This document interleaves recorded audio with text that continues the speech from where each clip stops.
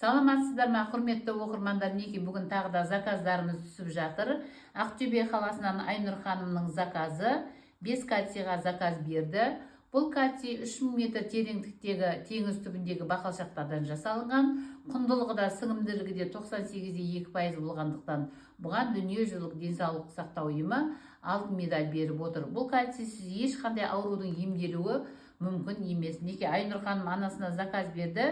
Анаңызға ем болсын, керемет результаттар болады. Және Ақтау қаласынан Толқын ханымның заказы 2 өкшелікке заказ берді және катияға заказ берді. Бұл өкшелік өкше шпорын, өкшенің жарылуын, сүйектің тасуын, аяқтың тершеңдігін, шпаш иісін, грибокты емдеп жазады.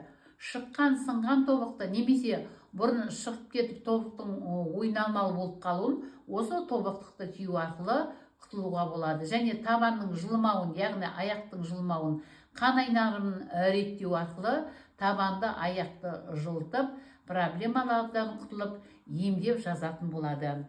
Толқын ханым, Айнұр ханым, ем болсын.